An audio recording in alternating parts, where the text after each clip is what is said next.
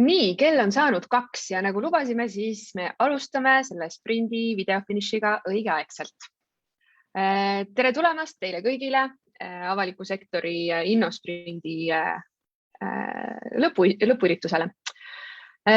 Juba teist korda viisime me innotiimiga läbi avalikul sektorile kohandatud disainisprindi ja sprinterid on meil kõik siin valmis ja kohe-kohe jõudmas finišijoonele. Et see sprint on tähendanud 5 väga intensiivset päeva koos ka intensiivsete kodutöödega, mille jooksul tiimid on sellistest endaga kaasa toodud, võetud probleemid igatpidi läbi hakkinud ja läbi mõtestanud ja jõudnud esmaste ja juba ka mõningate kasutajate peal testitud lahendusteni. See on olnud üks pöörane ettevõtmine ja meil on väga-väga suur rõõm näha, et kõik tiimid, kes stardijoonele jõudsid, on jõudnud ka finišijoonele. Pigem on see, et mõne tiimiga juhtus DNS, did not start, aga jõuavad meiega mõnele järgmisele sprindile kaasa.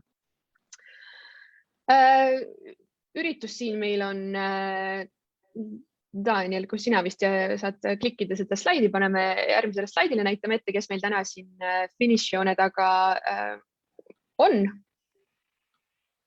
Nii, nüüd kadus meil korraks üldse ära pilt. Aga kuniks, Daniel, äkki saad uuesti jagada, tutvustan ma meie kaasamõtlejaid, sest et me oleme siia tänasele sprindile kaasa kutsunud ka Laura Abeni. Laura, sa saad kohe teha ära ka oma selle audiotesti, et kas me kuuleme sind kenasti? Panin heli Laura, et olen kuulda. Oi, päris roboti heli on, Laura. Laura, me ei kuule sind. Aha, katsetad veel, jah. Ja siis on meil oleme kutsunud ka Riina Raudse. Tere, Riina. Hallo. Kas mind on kuulda? Sind on väga kenasti kuulda ja näha. Et siis peale seda, kui te on 3-minutiline esitlus tulnud, siis Riina ja Laura saavad selle võimaluse küsimusi tagasisidet anda, aga ka kõigilt teistelt ootame küsimusi ja tagasisidet. Kes te olete siin meiega Zoomis, saate chatti panna.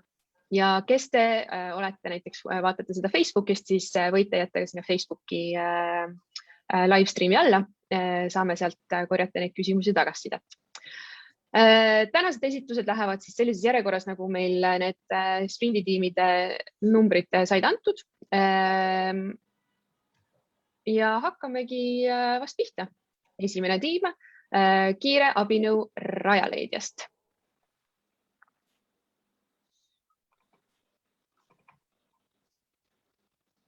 Kaiti, kas sa oled valmis ekraaniga? Olen valmis. Super, 3 minutit läks. Tervitan teid üle-eestilisest Rajaleidja võrgustikust. Ja meie probleem on selles, et COVID-19 algas ka Rajaleidja keskustes e-teenuste osutamine senisest suuremas mahus. Ja kaugnõustamiste tegemiseks ei pea spetsialist alati olema keskuses, mis tõttu ülevaade liiga suurest või vahel ka liiga väikesest töökoormusest jõuab reageerimiseks ja lahendamiseks keskuse juhini alles tagantjärele. Ja tulemuseks on kas klientidele pikemad ootajad või ületöötanud spetsialistid. Innosprindi välitööde käigus aga selgus, et me hakkame vaikselt ametnikeks ja bürokraatideks muutuma. Meie kodulehe ülesehitus ei toeta vajaliku info ülesleidmist. Broneerimissüsteem on liiga keerulise ülesehitusega ja meie kõige väärtuslikumate spetsialistide tööjaotus ei ole kõige efektiivsem. Me jõudsime sprindi käigus ka ideaalse lahenduseni.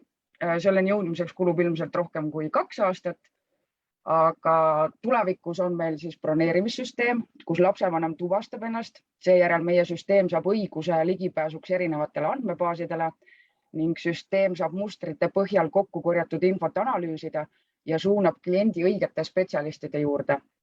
Ja enne kliendi nõustamist on meie spetsialistil juba kogu lapse kohta käiv info kaardistatud ja tulemuseks ongi just kliendi vajadustest lähtuv väga kvaliteetne ja personaalne lähenemine, sest tema lugu on meil juba olemas, mille põhjal saaksime otsustada lapse edasise vajaduse. Aga alustame sellest, et teeme ümber broneerimissüsteemi, mis on selge, lihtne ja kiire. Klient kirjutab, millest ta abi vajab, valib talle sobiva Rajaleidja keskuse, kuupäev, kellaaeg ja sisestab oma andmed. Lisaks saab ta koheselt anda erinevad nõusolekud, võimaluse videonõustamiseks, lingid dokumentide üleslaadimiseks meie süsteemi ja võimaluse teenuse tühistamiseks. Teavitused saadetakse kliendile nii e-posti kui ka SMS-iga. Et nüüd selline broneerimissüsteem tööle saada, on meil vaja lahendada ära spetsialistide töökoormuse süsteem või töökorralduse süsteem, mida praegu üle Eesti erinevates keskustes siis katsetatakse, sest loogika eeldab, et kliendi murega ei tegele ainult üks spetsialist, vaid meeskond, mis tagab selle, et soovitused on rohkem läbimõeldud, põhjalikumad ning arvestatud on kõiki lapse vajadusi. Ja selle tulemusel peaks nõustaja töö muutuma efektiivsemaks, klient liigub meie süsteemis kiiremini ja lõpuks on ehk meil ka lühemad ootejärjekorrad. Ja juba praegult on meil tellitud SMS-teenus ja koostöö pakkumine andmete vahetusteks on saadetud Eliisile, e-koolile ja Stuudiumile. Innosprindi tiim moodustati parimatest ekspertidest, kes viivad asja siis ka ellu ja loodame, et jõuludeks on meie katsetused tehtud ja tulemused olemas ning saame uuel aastal edasi liikuda. Aitäh kuulamast! Super, suur aitäh, Kati. Ma kuulen kuskilt oma Kaja. Väga täpselt seda oma teekonda siin sprindis jagamast ajaliselt täpselt. Riina ja Laura. Riina, tahad sa alustada? Laura, alusta sina. Ma võin alustada. Ma küsin kõigepealt võib-olla hästi totaka küsimuse, võib-olla ma just ei saanud aru, aga mis see lahendus praegu täpselt on, mis te tahate proovida? Ma ei saanud aru, et kas ta on analooglahendus ehk siis mingine protsessi muudatus, kus on väike sükene SMS-i tehniline asi või see oli mingi digitaalne lahendus, et mul jäi natuke segadaks. Ta on ikkagi digitaalne lahendus, lihtsalt see SMS on asi, mis me saame nagu kohe kiirelt ära teha, olenemata sellest, kuhu me nagu selle katsetuse käigus jõuame. Et see tuleb nagu igal juhul. Ja, sest et mu võib-olla üks mõte kohe oligi, et kui ma nägin seda slaidi, kus olid need mitmed erinevad riiklikud andmebaasid, siis Eestis meil kogemus valdavalt on see, et kui me tahame hästi palju andmebaase kokku panna, siis sellega kaasneb tohutu selline juriidiline ja andmeõiguslik kadalipp, et ta on siuke hästi keeruline tee, mis lahenduseks valida. Ja sellepärast ma mõtlesingi, et kas siin oli ka sellist mõnda seda lahendust, mida saab teha ilma infosüsteemides muudatusi tegemata. Jah, saab. Saab, ja, et need kindlasti on nagu kõige lihtsamad sellised protseduurilised asjad, mis on asutustel endal võimalik teha. Ja, Riina, mis mõtted sul? Mul natuke haakuvad mõtted, et minu meelest see on väga ilus ja elegantne teekond ja lahendus, milleni te jõudnud olete. Et kui tahakski seda niimoodi rakendama hakata, et siis ma ennustan, et need küsimused tekivadki nende erinevate andmetele ligipääsemise lubadega ja siis ka see, et süsteem analüüsib ja otsib mustreid, et see võib tegelikult, selleks, et see päriselt nagu hästi töötaks, et võib päris kaua aega minna. Aga ma arvan, et tegelikult see suund on nagu täpselt see, kuhu me võib-olla tahaksime millalgi jõuda, et ma ei teagi, mida selle lühikese aja jooksul saaks siin rohkem öelda, et mulle meeldib, aga ma näen oma kogemuse põhjal mõningaid selliseid veel võib-olla lahendamata barjääre. Äkki kellelgi teisel on ka küsimusi?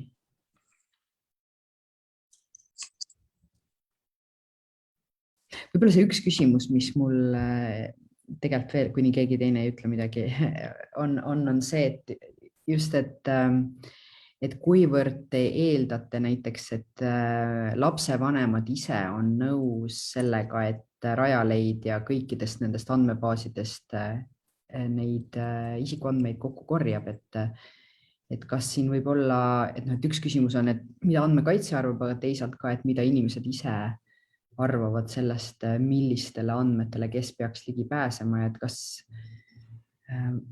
see küsimus, kus mul ei ole vastust endal, on see, et kas meie selline andmete jagamise kultuur nagu liigub suurema usalduse poole või tegelikult sealt just ära. Ja et jah, tegelikult oleks põnev kuulda, milleni te jõudsite, kui te oma sprinti tegite ja mida te selle kõige kohta teate? See ongi nagu mõeldud sellega, et kui lapsevanem tuvastab ja logib sinna sisse, siis tema annabki need linnukestele need nõusolekud, et mida ta on nõus jagama meiega. Okei. Super. Kuulge, suur aitäh. Ma nüüd nii-öelda ametlikult ütlen, et Rajaleidja on selle sprindi finišijoone ületanud ja liigume edasi järgmise tiimi juurde, tiim number 2, kes tegutses vabatahtliku süsinikuturu teemadel. Ja teil oli hoopis selline, igal juhul suure põnevusega ootan, mida te esitlete, sest et tulite sprinti päris suure amsakaga. Nii et Alar, palun.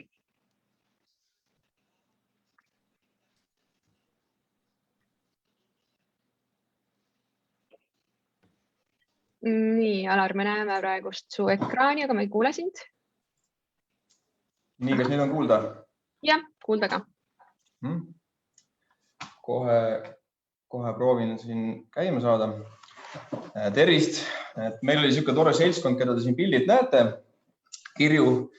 Väga kirju era- ja riigisektori seguseltskond. Ja meie plaan oli siis Eestis vabatahtliku süsiniku turg käivitada. See turg on vaja meil sellepärast, et 2050. aastaks kliimaneutraalsuseni jõuda. Ja praegused hinnangud või uuringud näitavad, et selleks on vaja teha suurusjärk 17 miljardit eurot investeeringuid ja 2/3 peab tegema erasektor ja alustada tuleks kohe. Tegelikult tuli juba eile või üleeile alustada, kui veelgi täpsem olla. Ja siin koha peal tulebki mängu süsiniku korvamine, mis on üks paljudest võimalustest. Eestis on see kasutamata, peaaegu kasutamata. Esimesed tegijad hakkavad tekkima ja see korvamine tuleb mängu selle koha peal, kus võib-olla kõik ei tea, et kus siis oma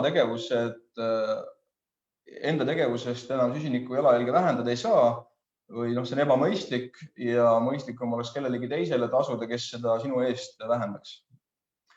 Ja proovisime siis siin oma sprinditiimiga seda asja arutada, et mis värk sellega on, et miks see siis Eestis kasutamata on ja kas tõesti on nii keeruline, nagu tundub. Ja kuhu me jõudsime, on see, et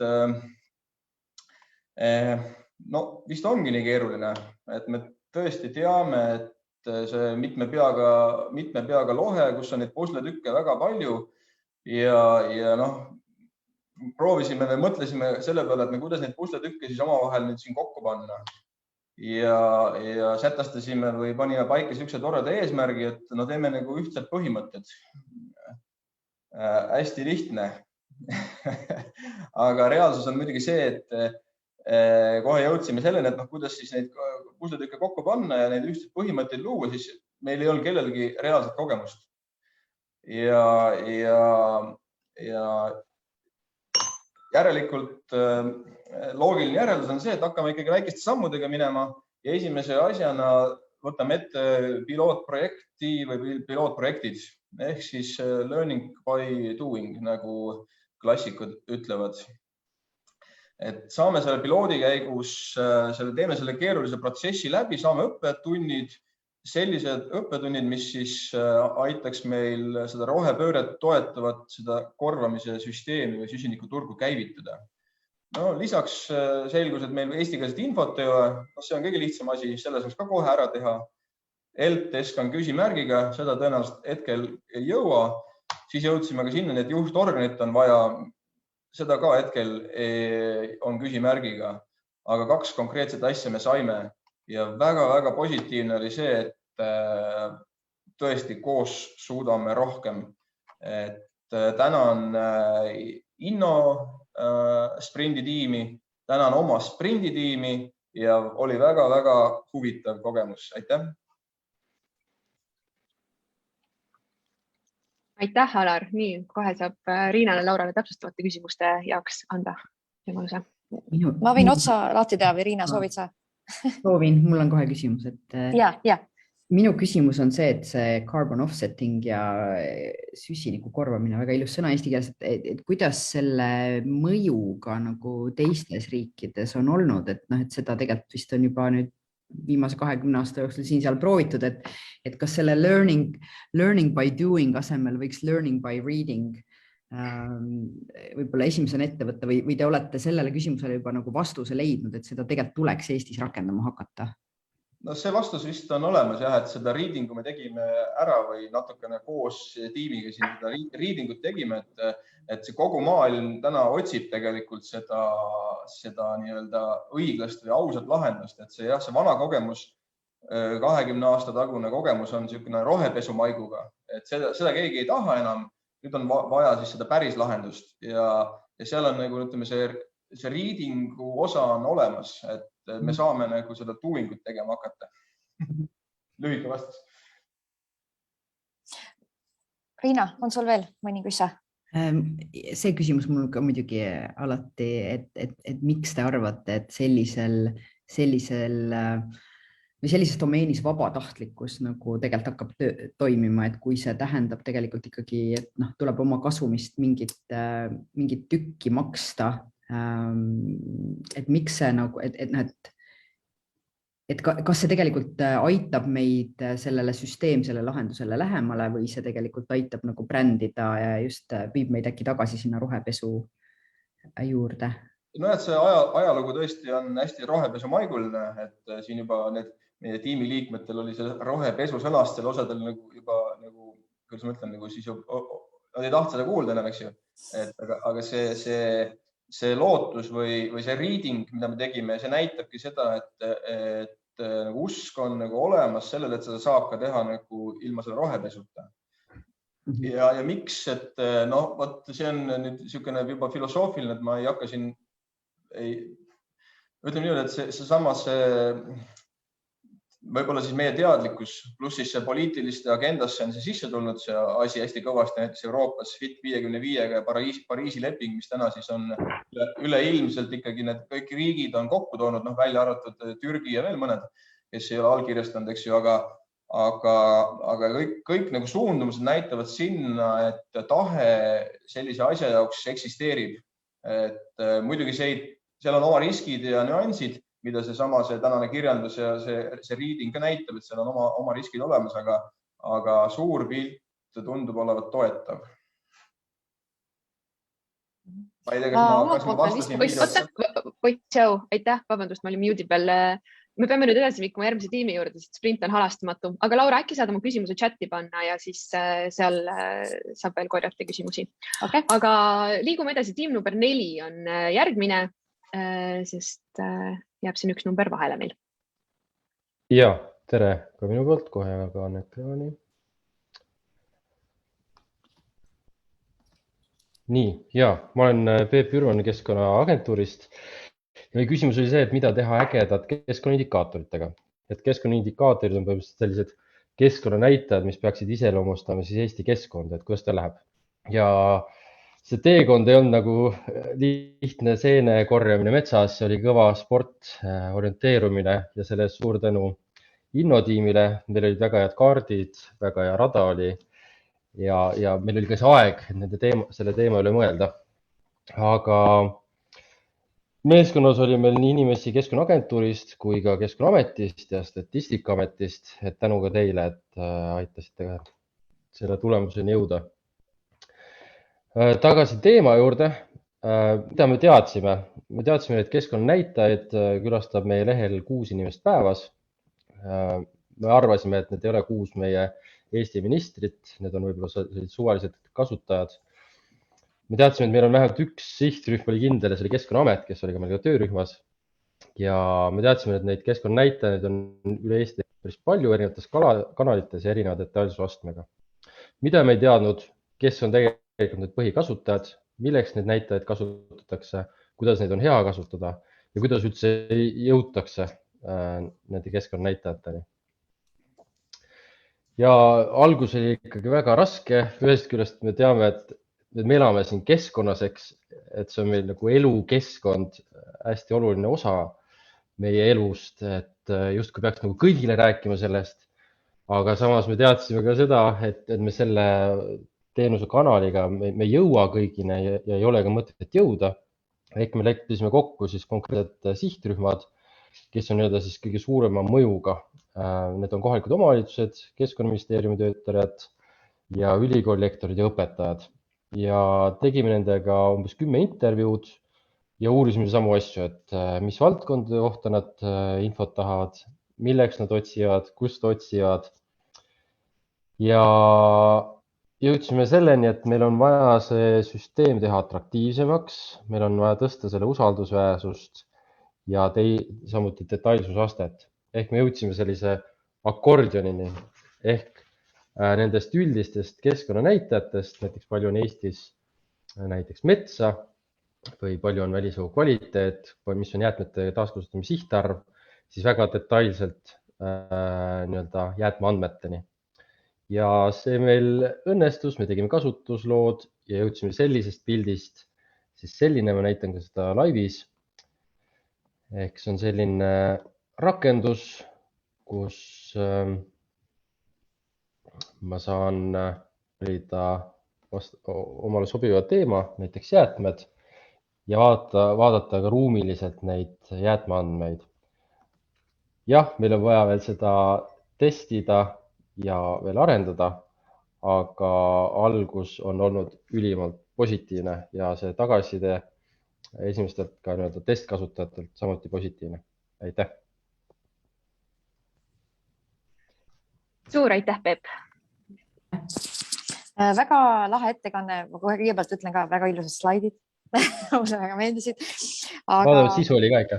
Ei, sisu ka, ma kohe räägin sisust ka, et mitte ainult ilust. Aga ma arvan, andmete puhul see esteetika ei ole tegelikult üldse nagu alahinnatav asi. Et andmete puhul eriti niisugusel nii-öelda me elame andmeajastul, kus tõesti nagu andmeid on tohutult ja neid on igal pool ja selles mõttes on väga tervitatav see teie lähenemine, et andmeid oleks võib-olla nagu vähem esitletud, aga need, mis on esitletud, on need õigemad asjad esitletud, mis tegelikult kasutajaid huvitavad ja nad on esitletud siis kasutajasõbralikult ja ka esteetiliselt nauditavalt, sest ka suur osa nagu niisuguste andmete veenvusest või sellest, palju nad meile mingit lugu kõnelevad, on hästi palju visuaaliga võimalik juurde anda selle andmete loo rääkimise võimet. Et ma arvan, et siin ütleme, kui seda moodi veel edasi liikuda ja siin veel seda lähemist laieneda, siis ma arvan, sellel ka see kasutus nagu kasvab, et sellised mõtted minu poolt, minu meelest õigel teel. Tore, aitäh! Minu poolt ka suur aitäh, olen nõus kõigega, mida Laura ütles, väga ilusad slaidid. Ma unustaks korraks slaidid, aga ma tuleks selle esimese küsimuse juurde tagasi, mis minu meelest on nii äge ja selline mahlane küsimus. Peep, et kui sa vastaks mulle, et mida ägedat siis keskkonnaandmetega võiks teha? Et sa rääksid sihtgruppidest, aga mida ägedat võiks nende andmetega teha, kui sa saaks ükskõik mida nendega teha, et mis see impact, mis see mõju oleks, mille poole sa tahaksid ise liikuda või teie tiim tahaks liikuda? Siduda need andmed nagu päris inimeste probleemidele, et kliimamuutus ei ole tegelikult inimeste probleemid, see on need abstraktsed probleemid hästi kaugel. Kui need probleemid on nagu muutuvad tegelikkuseks, siis on juba hilja sellele mõelda. Et ma tahaks siduda need andmed lihtsalt asjadega, näiteks mul läheb rattakumm katki või mingi, kuidas tööle jõuda siis bussi või jalgrattaga, et rohkem nagu selles suunas vaadata. Ja teine asi muidugi on nende visualiseerimine ka, jah, et teha lugusi ja näidata rohkem neid seoseid seal andmete taga võib-olla ja seda mõju ka, et kui ma võtan, ostan poest plastpurgi, Coca-Cola halb näide, aga ja viskan selle ära, et minu selle teekond lõpebki seal ja minu arusaam ka sellest, et mis nagu tegelikult seal keskkonnas toimub tänu sellele, et pigem seda poolt näidata. Ma ühe mõtte hõikan siia veel korra vahel, et üks asi, mis te võib-olla veel võite mõelda, on see, et need andmekasutajad, keda on mõtlete, et kui seal on ka näiteks õpilased, et mis on need kohad, kus nemad andmeid otsivad ja see ei pruugi olla alati ka traditsiooniline koht, kus me meiesugused vanainimesed, buumerid oleme harjunud nagu andmeid vaatama nagu riigiasutuse kodulehekülg. Et ka siin võib-olla et kui me näeme, et nagu uus põlvkond on võib-olla rohkem nende keskkonnateemadega nagu sina peal, et ka seda nii-öelda ära kasutada, et neid andmeid seal, et ka nemad neid andmeid saaks kasutada oma selliste nagu sõnumite väljendamiseks, et nad hoolivad keskkonnast ja nii edasi. Siuke mõte ka siia vahele. Suur Väga aitäh. mõtted, aitäh. Paneme edasi tiimiga number 5. Ja, võtan üle. Ja. Oodan, et kõik nüüd jookseb. Minu nimi on Helene ja mul on hea meel esindada siin Innosprindil Visit Tallinna tiimi. Ja meie tiim tuli Innosprindile lahendama Tallinna turismiveebi haldamisega seotud murekohtasid. Tallinna turismiveeb Visit Tallinna.ee on linna ametlik turismiportaal ja see on koht, kus turismi infot, aga ka ideid ja inspiratsiooni, mida linnas teha, otsivad nii linna elanikud, linna külalised kui ka ettevõtjad, kes Tallinna kui reisisihti oma klientidele müüvad. Meie veebil on enam kui 60 sisuartiklit, seal on kirjeldatud rohkem kui 2000 erinevat turismitoodet ja teenust. Infoveebil peab olema kontrollitud, usaldusväärne, täpne, seda 5 keeles ja 24 tundi ööpäevas. Ja Innosprindiga liitumise hetkeks me olime jõudnud punkti, kus me saime aru, et see veebi haldamine hakkab meil vaikselt üle pea kasvama. Millest siis probleem oli? Esiteks saime aru, et veebi haldamine on muutunud liiga tööjõu ja ajamahukaks. Enamik meie tiimi liikmeid tegeles kas siis suuremal või vähemal määral veebi haldamise ja arendamisega. Samas ainult väheste jaoks meist olid veebitööd nii-öelda prioriteetsed, enamus tegi neid muude tööülesannete kõrval. Teiseks me nägime, et tööprotsessid enam ei toimi, et üha sagedamini tuli ette neid olukordi, kus inimesed ei teadnud enam, kes mille eest vastutab. Ja kolmandaks oli näha, et ka hallatava info maht kasvab või paisub nagu pärmitaige. Ja sellepärast oligi meie lootus Innosprindil töötada välja uued, lihtsad ja ka ressurssi säästvad tööprotsessid siis veebi haldamiseks. Sprindi käigus me saime aru, et see on liiga ambitsioonikas ettevõtmine, sellepärast me keskendusime lõpuks vaid ühele protsessile mitmest ehk võtsime ette kohtade haldamise meie veebil. Ja mis me siis tegime? Me kaardistasime ära olemasoleva tööprotsessi, tegime intervjuud veebihaldajatega, kirjeldasime ära kitsaskohad ja selle põhjal töötasime välja uue tööprotsessi, testisime seda inimeste peal, võtsime arvesse nende tagasiside ja saamegi siis nüüd praegu öelda, et uus tööprotsess on kirjeldatud ja seda on siin ka slaidil näha. Et on teine ikka üsna pikk ja detaili rohkem. Ja meie jaoks on see ju tegelikult üsna algus kõik, sest et me tahame ka ülejäänud veebiga seotud protsessid samal moel läbi analüüsida ja uuesti kirjeldada.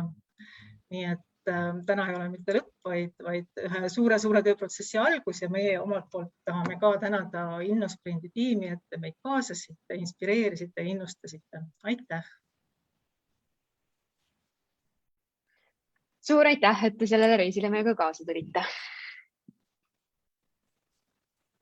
Laura, Riina? Ma kohe, kui te alustasite, siis mul kohe mõtted läksid selle peale, et üldse nagu turistide peale. Ma hakkasin mõtlema, et need kasutajad, kellest te võib-olla keskendusite, on turistid, aga siis ma sain aru, et tegelikult see on selles mõttes väga huvitav nagu disainiprojekt, kus see kasutaja ei ole niivõrd selle nagu teenuse see väliklient, me ütleme siis on ju see väline kasutaja, vaid asutuse töötajad ise. Ja ma arvan, see laiemalt, üldse nagu selliste inno või selliste disaini nagu protsesside nagu puhul on nagu alakasutatud asi, et me hästi palju võib-olla keskendume nendele välistele, aga siin minu meelest teie see nagu näide on väga hea ka sellest, et kuidas see kasutajakeskne lähenemine võtta oma nagu töötaja nagu see, kes peab haldama seda veebi ja disainida nagu oma inimese, oma töötajate nagu vajaduste rahuldamiseks. Et see on ka selline hea viis, kuidas seda lähenemist saab kasutada. Et jõudu teile, see kindlasti ei ole lihtne. Ja, aitäh. Ma olen ka nõus sellega, mida Laura ütles ja siis mulle tundub, et mul täiendavaid väga tarku mõtteid ei ole. Mulle tundub, et väga tark on see probleem ette võtta ja tahan ka teile jõudu soovida, aga kuidagi mulle tundub, et ma peaks rohkem süvenema, et midagi abivalmid siin küsida või arvata. Tundub, et teil on suur tiim ja põhjalik lähenemine ja võime teha ilusaid jooniseid, nii et ma usaldan seda. Kusjuures ma ühe mõtte äkki viskan siia, et üks asi, mis te võite ka, mis äkki seda haldust või haldamise koormust nagu ära võtab, on see, et kas sellel, te ütlesite ka, et see veeb nagu kasvab ja kasvab ja kasvab ja see teeb nagu raskemaks. Et kas te seda ka kompasite, et kas seal on mingeid asju, mida ära võtta, ära jätta, et mitte kasvatada veebi suuremaks, vaid kasvatada võib-olla neid mingeid ühtesid kohti ja teisi kohti üldse nagu lõpetada või ära jätta? Ja täitsa kompasime, jõudsime otsapidi sinna ka ja siis saime aru, et see on omaette suur teema, mida me kahjuks hinnasprindi raames kuidagi lahendada ei jõua, aga see töö on meil samamoodi ees. Ja. Suur aitäh, väga äge. Siin on tõesti, täna on väga erinevaid probleeme, mille kallal seda sprinti formaati kasutatakse. Järgmine tiim, number 6, võite juba ennast üles seada. Vahepeal ma ütlen veel, et kõik mõtted, küsimused, mis jäävad veel õhku, pange neid julgelt chatti, saab veel siin paralleelselt taustal sellist arutelu pidada ja siis mulle antakse ka veel siit salaja tagasisidet, et praegust jaotab meid laivis 154 inimest. Nii et natuke närvikõdi, tiim number 6, palun, lava on teie. Tere ka minu poolt, mina olen Eleri ja mina täna siis tutvustan teile, kuidas InnoSprindi raames sündis detailplaneeringu kaasamise meelespea. Et meie probleem siis nimelt seisneb selles, et detailplaneeringute koostamisel tihtipeale alahinnatakse kaasamise osatähtsust. See tähendab siis seda, et kaasamist korraldatakse seaduses olevate miinimumsätete alusel, kuigi tegelikult vajadus kaasata oleks palju laiemalt, palju suuremalt või siis näiteks valida kaasamiseks sobivam aeg või viis. Ja sellise ebatäiusliku kaasamise tõttu siis tekivad mitmed teised probleemid, nagu näiteks detailplaneeringu menetluse venimine, kogukonnad protestivad, mitmekordselt on vaja kooskõlastada, ühel hetkel hakkavad andmed vananema, neid on vaja uuendada ja nii edasi. Ja meie usume oma tiimiga, et kui kaasamine oleks vajaduspõhine, sealhulgas ka nende kaasatavate ootuseid õigesti juhitaks, siis planeeringud oma sisult oleksid kindlasti tunduvalt kvaliteetsemad ja ka menetlusprotsess ise oleks palju sujuvam. Siin InnoSprindi käigus me siis mõtlesime, et mida me saaksime siis teha selleks, et kaasamine oleks vajaduspõhine. Meil oli väga palju väga erinevaid lennukaid ideid. Me jõudsime järeldusele, et paraku InnoSprindi raames näiteks igasse omavalitsusse me kaasamise kuru orgunnida ei souda. Küll aga me saaksime näiteks teha kaasamise meelespea ja see tundus nagu kõige õigem sellepärast, et oli hästi palju teisi ideid, mida me saime kõiki siia meelespeasse koondada ja seeläbi siis justkui palju häid mõtteid siis ühe korraga ära lahendada. Kaasamise meelespea on töötatud siis välja sellise checklisti põhimõttel, sealt saab näpuga järge ajada protsessis edasi liikudes ja seetõttu on ta siis kasutatav igapäevase töövahendina. See meelespea on siis suunatud ennekõike omavalitsuse ametnikele, sellepärast et omavalitsused on siis need kesksed, neil on nagu keskne roll planeeringute menetlemisel ja ka siis kaasamise korraldamisel. Hetkel Rahandusministeeriumis on siis koostamisel detailplaneeringute koostamise juhendmaterjal. Selleks, et see kaasamise meelespea saaks rohkem võimustatud, siis see läheb selle juhendmaterjali lisasse. Ja paremaks rakendamiseks viime läbi koolitusi, meil juba üks koolituse aeg on enam-vähem paika pandud ja samuti siis koostame näidiskirjad.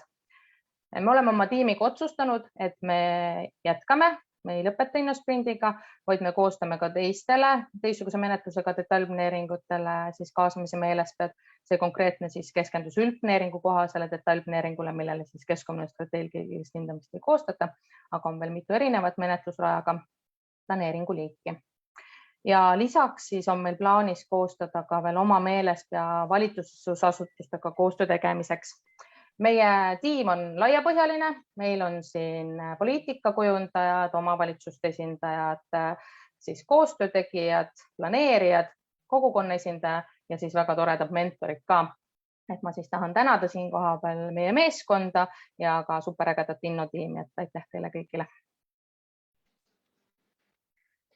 Aitäh, Eleri.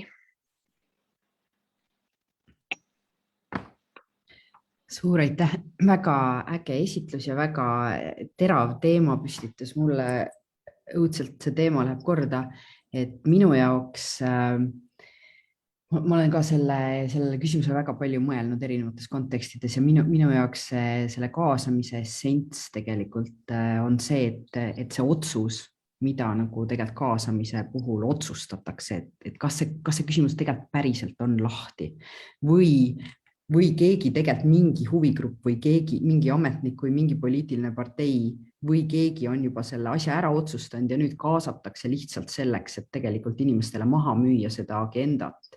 Või me tegelikult kaasame päriselt selleks, et perspektiive uurida, perspektiive selgitada ja perspektiive koordineerida ehk lasta sellel nii-öelda see kaasamise käigus nagu otsuse printsiipidel, otsuse disaini printsiipidel niimoodi nagu üles kerkida, siis leidagi lahendus, mis päriselt sobib kõikidele nendele osapooltele ja ma nagu ühesõnaga, see kõik mind õudselt huvitab, aga ma võib-olla teie selles lahenduses päriselt nagu ei näinud seda. Ma nägin korralduslikke asju, aga et mis kindlustaks selle, et me päriselt sinna essentsini jõuame, et need kaasatud tegelikult tunneks ennast kaasatuna, et nad on saanud nagu otsust mõjutada, mitte et nad lihtsalt peavad kaasas käima, aga tegelikult otsus on kuskil juba tehtud.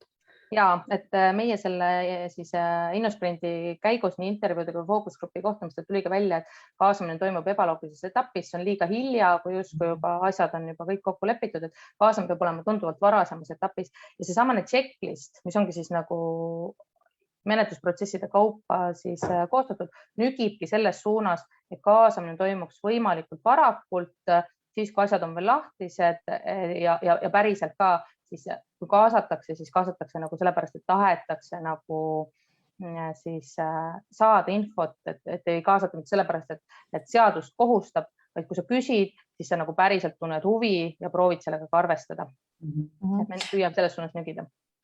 Ma viskaksid nõus kõigega, mis Riina rääkis, et tõesti, et see ju tegelikult on see nüüd väga sisuline essents kogu selle kaasamise juures, aga selle lahenduse osas paar lihtsalt kiiret mõtet, et üks, mis selles mõttes ma tunnustan, et checklist on vana hea selline klassika, et mis lihtsustab mingit protseduuri, lihtsustab käitumist, selles mõttes nagu väga hea klassikalise hea lahenduseni jõudnud. Üks soovitus on kindlasti see, et ma julgustaks ta eraldada juhendist. Et elu näitab, et ma arvan, kui te sinna juhendisse selle panete, siis ta sureb. Et ma soovitaks teda võib-olla kasutada nii-öelda one-pageri nagu versioonina, ehk siis ta on eraldiseisev üks leht, mida on hästi lihtne kasutada, hästi lihtne jagada ja siis ta võib-olla jõuab rohkemateni ja ei ole seda massi seal ümber, millest inimesed tahavad siis kiirelt nii-öelda või mitte süveneda, et sellesse checklisti on lihtsam süveneda. Ja üks mõte võib-olla veel, et kas on ka variant, et seda checklisti saab ka siis nii-öelda õigel hetkel KOV-idele nii-öelda meeldetuletuseks ka saata, et kui riigi poolt on näha, mis hetkel mingisugune see võimalikult varases faasis mingisugune detailplaneeringu protsess algab, et ka siis ise neid KOV-e ka selle poole pealt meeldetuletusega nii-öelda ärgitada, et kuulge, et saadame teile siin veel selle checklisti, et pidage ikka sellest kinni. Aga ma ei tea, kui võimalik see on, et ühesõnaga lihtsalt mõned väga kiired mõtted. Kui sul Laura veel on, siis pane chati. Ma peaks edasi minema siit, muidu meil keegi jääb ilma võimalusest esitleda, nii et vabandust, aga äkki saate seal chatis saab kindlasti veel seda edasi arutada. EMO patsiendi teekond, palun. Tere, EMO tiimi poolt, et meie eesmärgiks oli siis leida lahendus, kuidas siis EMO patsient lahkuks EMO-st eriarsti ajaga, see patsient, kes vajab eriarsti aega.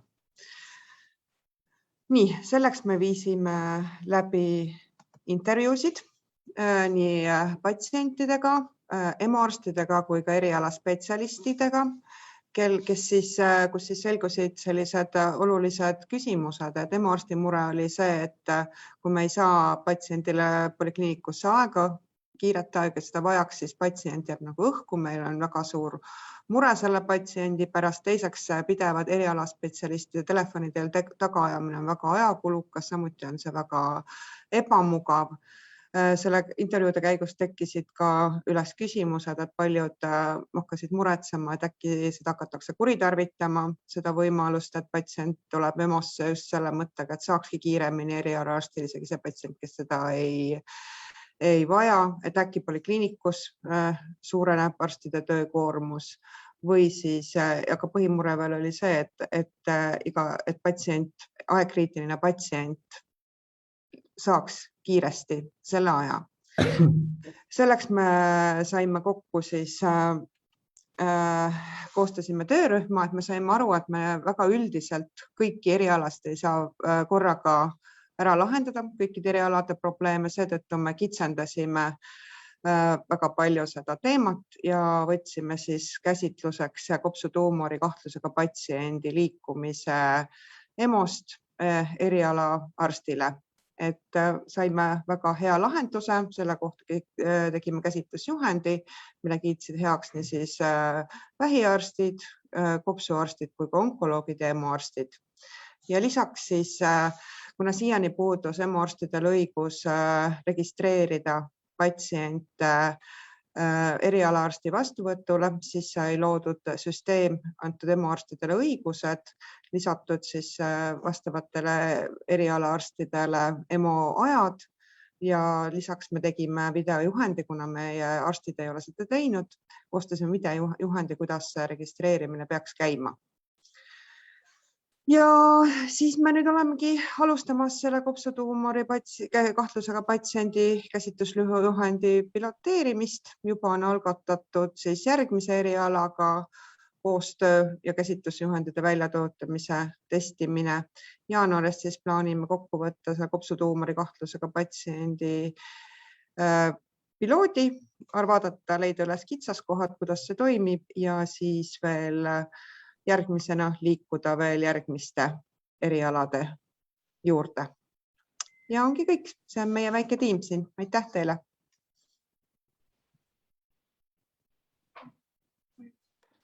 Väga äge, suur aitäh, Riina! Võimas, väga tubli, kiire ja elegantne, ma peaks ütlema, et see nagu tajuda on, et te kõik olete kättpidi selle probleemi sees iga päev olnud ja siis kuidagi nagu näinud võimalusi ja et te juba olete päris kaugele jõudnud ja kuidagi teadsite täpselt, kuidas nagu see väga suur tükk teha endale nagu sobivaks ampsuks ja kuidas edasi liikuda. Et mulle praegu väga meeldib, et ma jällegi ei oska nagu mingeid kriitilisi kommentaare sellepärast pakkuda hetkel, et ma peaks rohkem süvenema, aga pealtnäha mulle nagu see loogika väga meeldib ja kõlab väga hästi. Ma olen ka nõus, et kohe alguses oli hästi selge nagu see, et mis probleemi te lahendate. Ehk siis see, et tuleb patsient, tuleb EMO-sse ja on selge, et osad need inimesed vajavad sealt jätkuabi siis eriarsti abis ja kuidas me siin nagu selle asja lahendame. Ja siin see lahendus tegelikult oma lihtsuses on ka väga elegantne, et EMO-arstid saavad selle aja siis lisada. Siin need hirmud, mis te kirjeldasite, mulle tundsid ka nagu väga sellised mõistlikud selles mõttes, et tõesti võivad olla hirmud, et inimesed võivad kuritarvitama hakata, aga siin mul praegu jäi arusaamatuks, kas te seda siis kõigile Eesti arstidele nüüd tegite siis selle võimalikuks EMO-arstidele või see on mingi asi, mis te tahate proovida, et kui see proovimise mõttes veel on võimalik, siis ma soovitaks äkki alustada mõnest väiksemast või rahulikumast EMO-st, seal näiteks teha see võimalikuks EMO-arstidele ja vaadata, mis seal juhtuma hakkab, et kui paljud neist hirmudest hakkavad realiseeruma. Ja see võimaldab ka võib-olla siis kui seal nad ei realiseeru, siis ka nagu laiendada seda, et näidata, et tegelikult selliseid asju ei hakka juhtuma nagu neid kuritarvitamisi ja muid koormuse tõusu ja kõiki selliseid asju. Sellised mõtted minu poolt. Et see kahjuks on ainult regionaalhaigla põhine projekt hetkel. Okei, aga siis vähemalt saate ise olla see piloot ja vaadata, kuidas teil läheb ja äkki see siis saab ka laieneda mujale. Nii et jõudu, väga hea mõte. Super, aitäh. Lähme siit hooga edasi tiimi juurde number 8.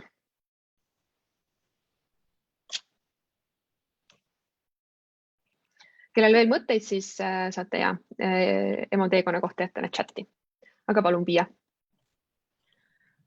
Ja aitäh. Tere, hea meel on teid tervitada ka 8. tiimi poolt. Ja meie uurisime teemat, kuidas muuta ettevõtja suhtlus riigiga lihtsamaks. Selgitan täpsemalt ka.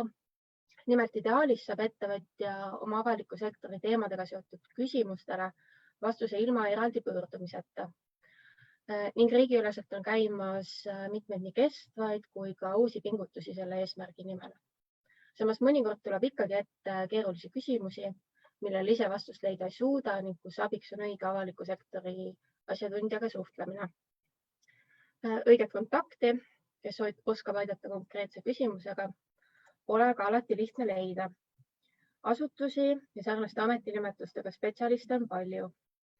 Ja meie teem võttis seega sihiks leida kiirelt realiseeritav lahendus, mis aitaks ettevõtjatel abi saada võimalikult väikse vaevaga ja leida lihtsalt õige avaliku sektori kontaktisik.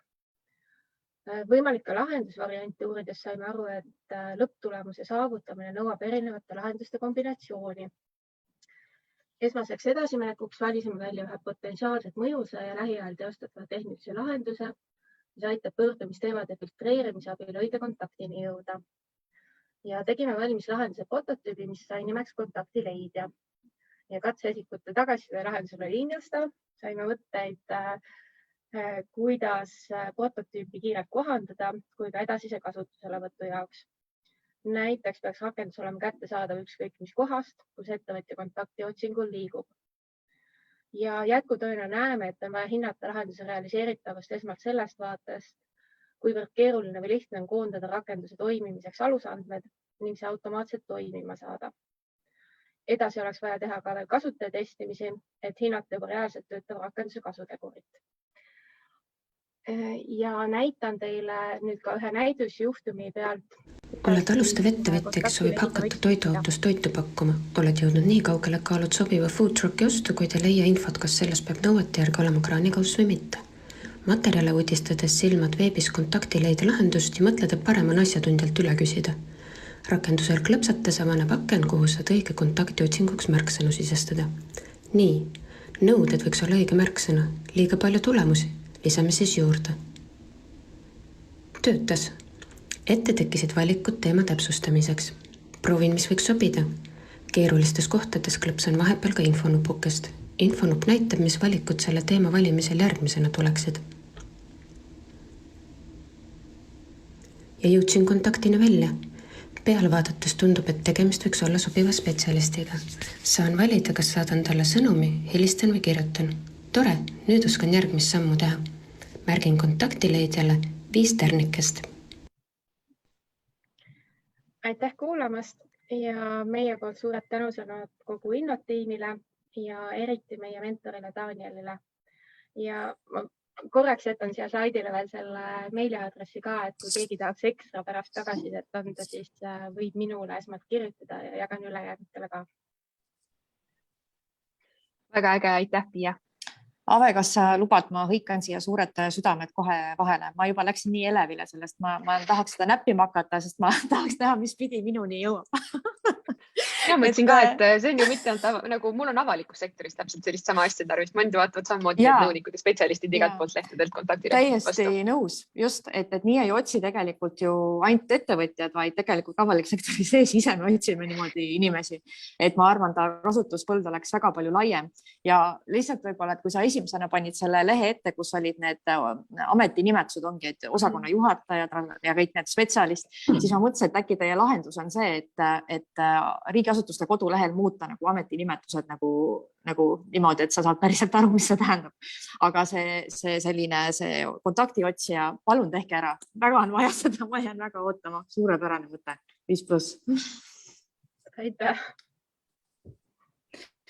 Mina jälle ka potentsiaalselt kasutajan, ütlen, mulle eriti ei kleebi, nagu ei annaks sellist tagasisidet nagu need jutumullid või nagu Laura, et mul on selline tunne, olles ise mingeid probleeme üritanud lahendada avaliku sektoriga, et nüüd Eesti kontekst, et see on nii väike, et tegelikult see küsimus on alati see, et millised omad joped mul seal juba on, et ma helistaks, kui mul on SIM-is kedagi vaja, ma helistan Laurale ja küsin, kuule, kes praegu sellega tegeleb ja kes seal päriselt otsustab ja kellega ma peaks rääkima.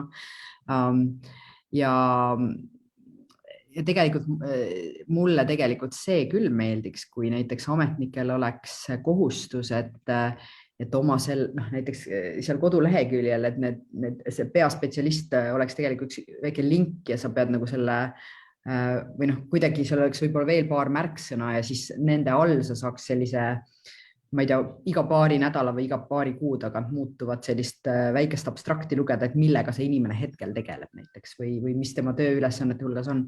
Ma arvan, et kui see oleks, siis muidugi oleks tore vaadata seal ringi ja kuidas erinevate inimesteni jõuda, aga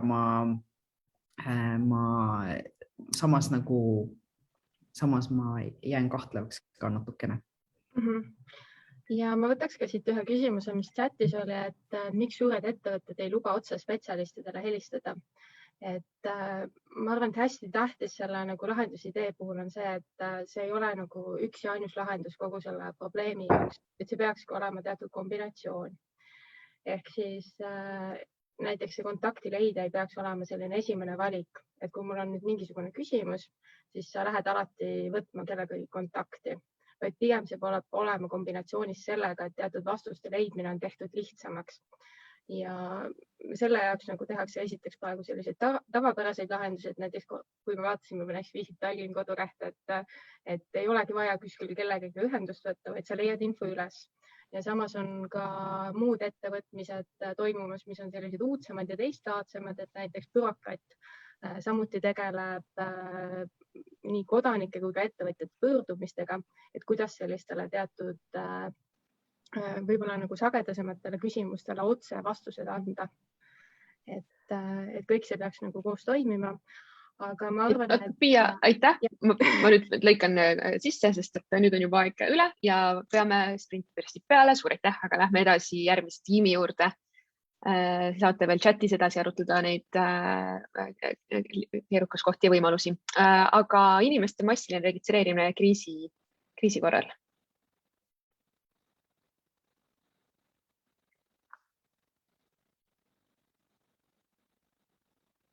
Nii, on näha kenasti, Margo.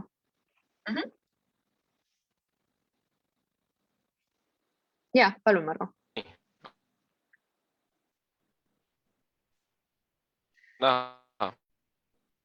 Me hästi vist ei kuule sind.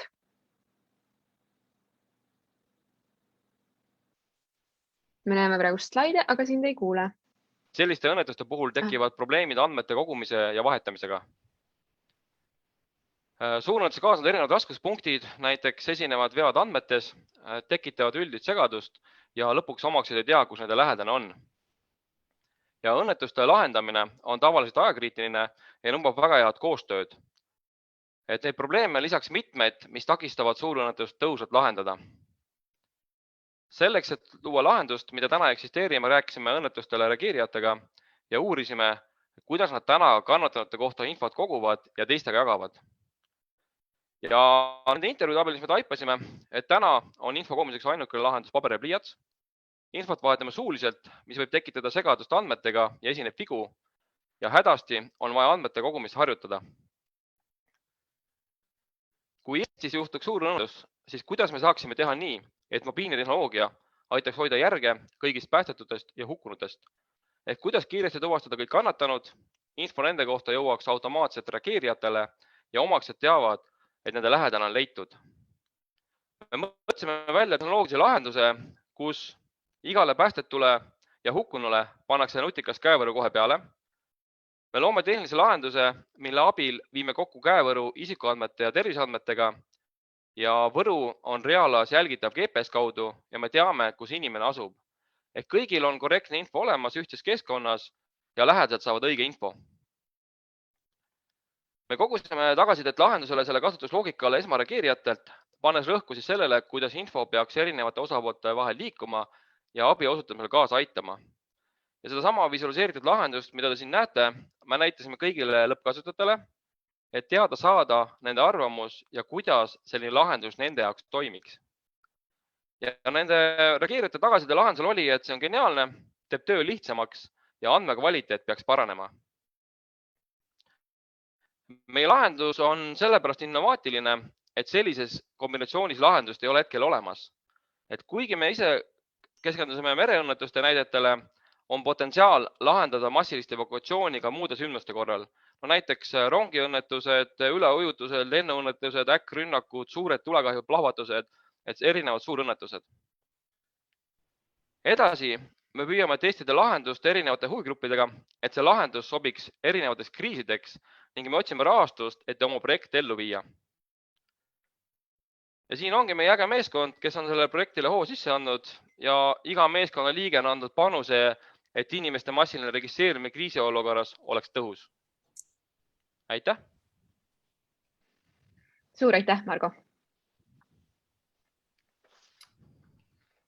Ma võin siit otsa lahti teha, et ka minu meelest suurepärane idee ja teil ju ka see nagu kõigil tiimidel see probleem on ju suur ja lai ja jõudes hästi niisuguse konkreetse lahendusi nii lühikese ajaga, et super töö.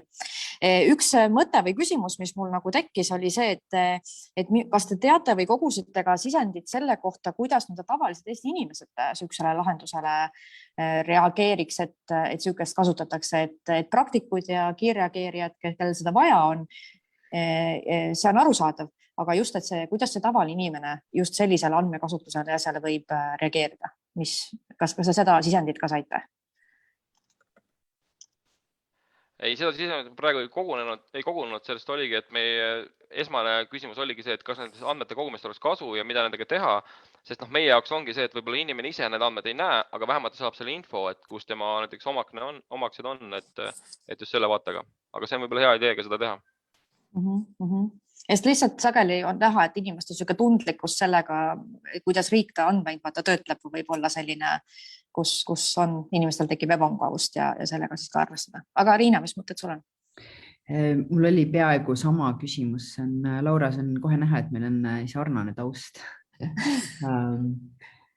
Ja mul tekkis ka see sama küsimus, aga siis ja kohutavalt meeldib teie probleemi püstitus ja see lahendus ja kohe läks mõte liikuma, et vau, et äkki siis annab sellest mingi selline innovatsioon siin tekitada, millest oleks maailmal laiemalt kasu. Ma tahaks rohkem teada, et kuidas see biomeetria abil isikustamine tänapäeval käib, et ma kujutan ette, kuidas seda saab teha, ma lihtsalt ei tea täpselt, kuidas. Ja olen väga põnevil, et kuhu te edasi lähete sellega ja soovin jõudu. Aitäh! Ja mina kirjutasin chatiga, et minu meelest oli väga julge ja lahe oli näha, et Sprintist tuleb välja ka selliseid nagu hard riistvaraga nagu siis seotud lahendus, mida saab ka tõesti kavalalt prototüüpida ja kergelt testida. Aga paneme hooga edasi. Tiim number 10, karuputk.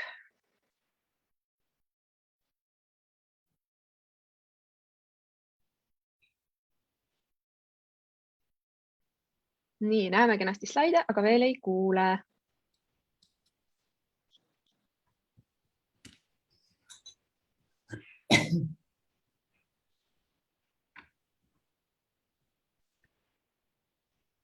Nii, Eike, sa oled ikka veel muted praegu, kas sa saad, kui ma vajutan niimoodi, kas sa saad ennast? Nii. Ja tere kõigile, tehnilised viperused, nagu ikka. Meie oma meeskonnaga maadlesime siis murega, et kuidas panna maaomanikud karuputke tõrjuma. Et kuna riik on selle murega juba pikalt maadelnud ja me oleme sellises olukorras, kus meil on seda järjest nagu rohkem ja rohkem, ja et oleks abi vaja. Ja selle probleemi püstitus meil veidikene nagu kitsenes, me jõudsime selleni, et meil oleks abi vaja sellistes kasvukohtades, mis on juba väheste taimedega, kus riik on juba suurema töö ära teinud, et ootaksime maaomanike panust.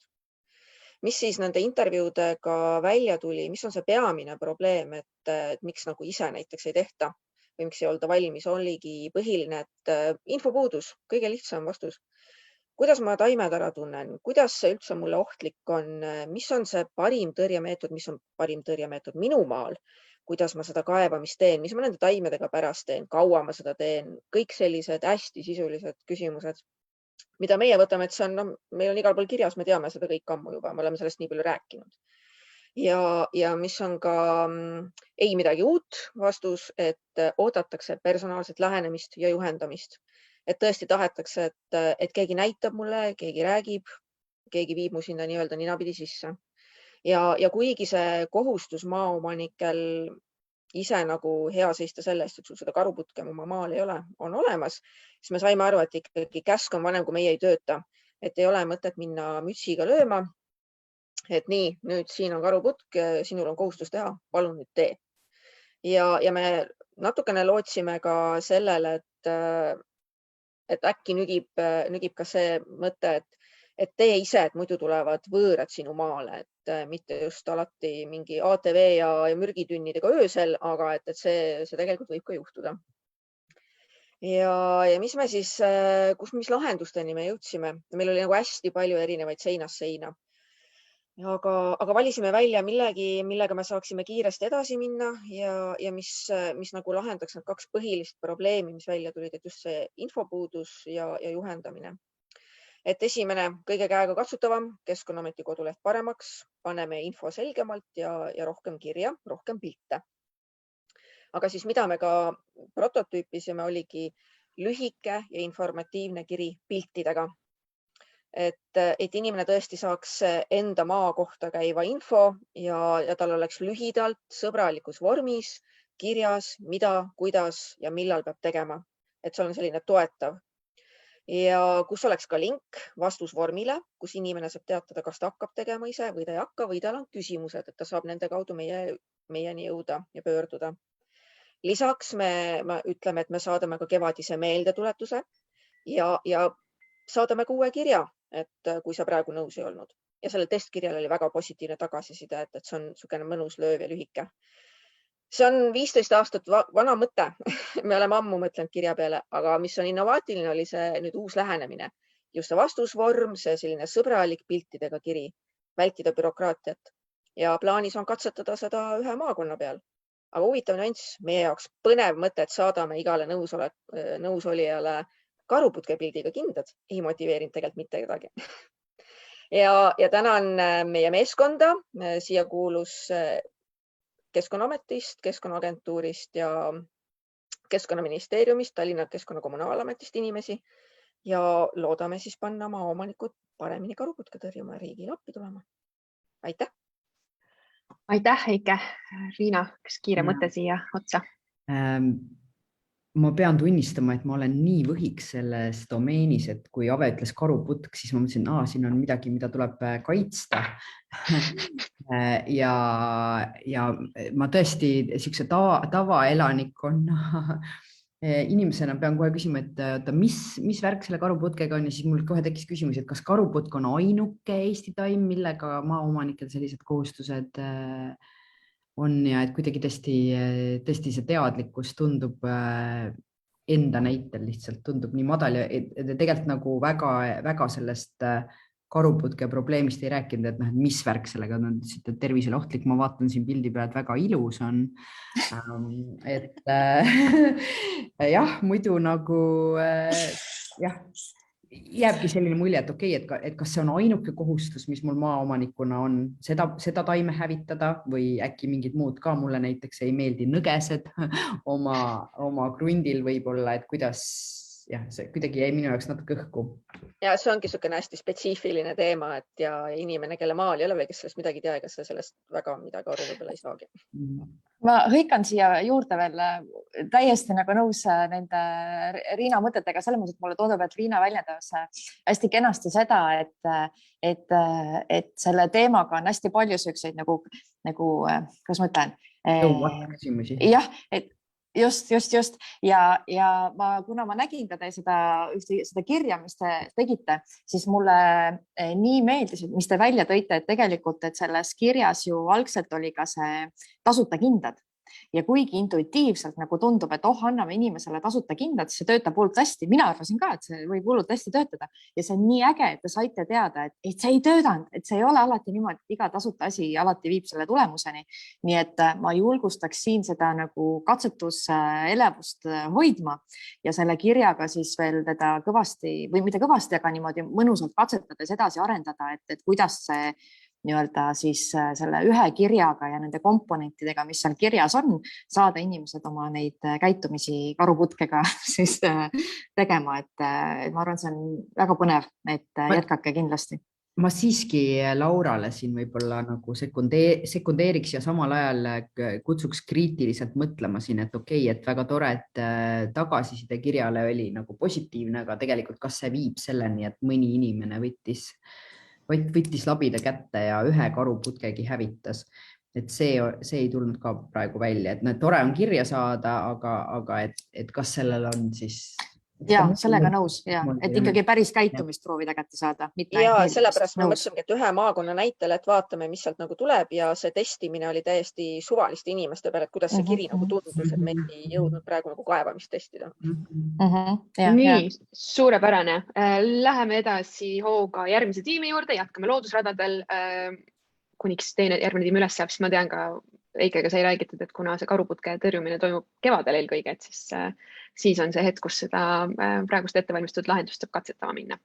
Aga tiim number 11, looduses liikujad. Kuidas teil on viisakas külaline looduses? Palun. Tervitused Türilt, Keskkonnaameti ja sõprade meeskonnast. Meie eesmärk on see, et väheneks nende keskkonnarikkumiste hulk, mis on korda saadetud puhtast õndsast teadmatusest. Ja me räägime inimesest nagu on Peeter, et intervjuude käigus tuli välja, et Peeter tegelikult väga-väga hoolib loodusest ja peab eriti tähtsaks, et inimesed peaksid kinni looduse kaitseks seatud reeglitest. Ja samal ajal pole Peetril õrna aimugi, millised need reeglid on ja teda üldse ei huvita ka.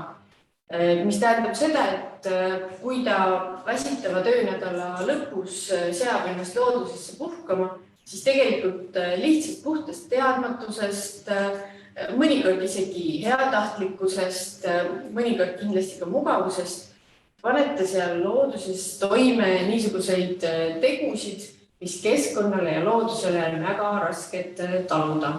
Ja nüüd me siis olemegi küsimuse ees, et kuidas saab Peeter reeglitest teada, kui need teda üldse ei huvita, kuigi teda loodus huvitab.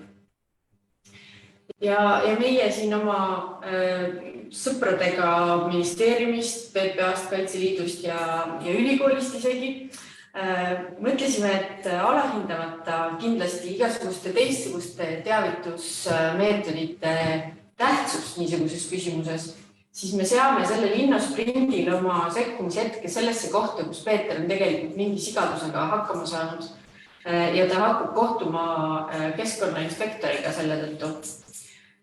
Tegelikult ei taha mitte keegi Peetrit trahvida, sest et Peeter on tegelikult, tal on silmad õiges kohas, eks ju, ja ega ta on ise ka õnnetu, kui ta teada saab, mis ta kõik pahasti on teinud. Aga me tahtsime leida siis niisugust lahendust, kus Peeter sellise vastiku tunde asemel saaks võimalikult palju teadmisi ja kui vähegi võimalik, siis isegi veel positiivse emotsiooni, võib-olla inspiratsiooni oma värskeid teadmisi kõigi teistega jagada ka, keda ta näeb. Ja mõtlesime niisuguse mängu välja, et trahvikviitungi asemel pistame talle nina alla hariva mängu, kus sa pead leidma õige viisi, kuidas looduses käituda. Kui sa on vale vastuse, siis sulle antakse viiteid sellele, kust infot hankida. Kui sa annad õige vastuse, siis saad sa lähemalt põhjenduse, miks selline reegel kehtestatud on. Ja kas te kujutate ette, päris elus inspektorid, päris elus Peetrid proovisid, saime päris sooja vastuvõttu ainult täiesti mõistlikku kriitikat, mis tähendab seda, et meil ongi lootus, et kui me teinekordki just niisuguste heatahtlike rikkujate puhul katsume neid niisuguste meetoditega paremini mõjutada, siis elame kõik õnnelikult elu lõpuni.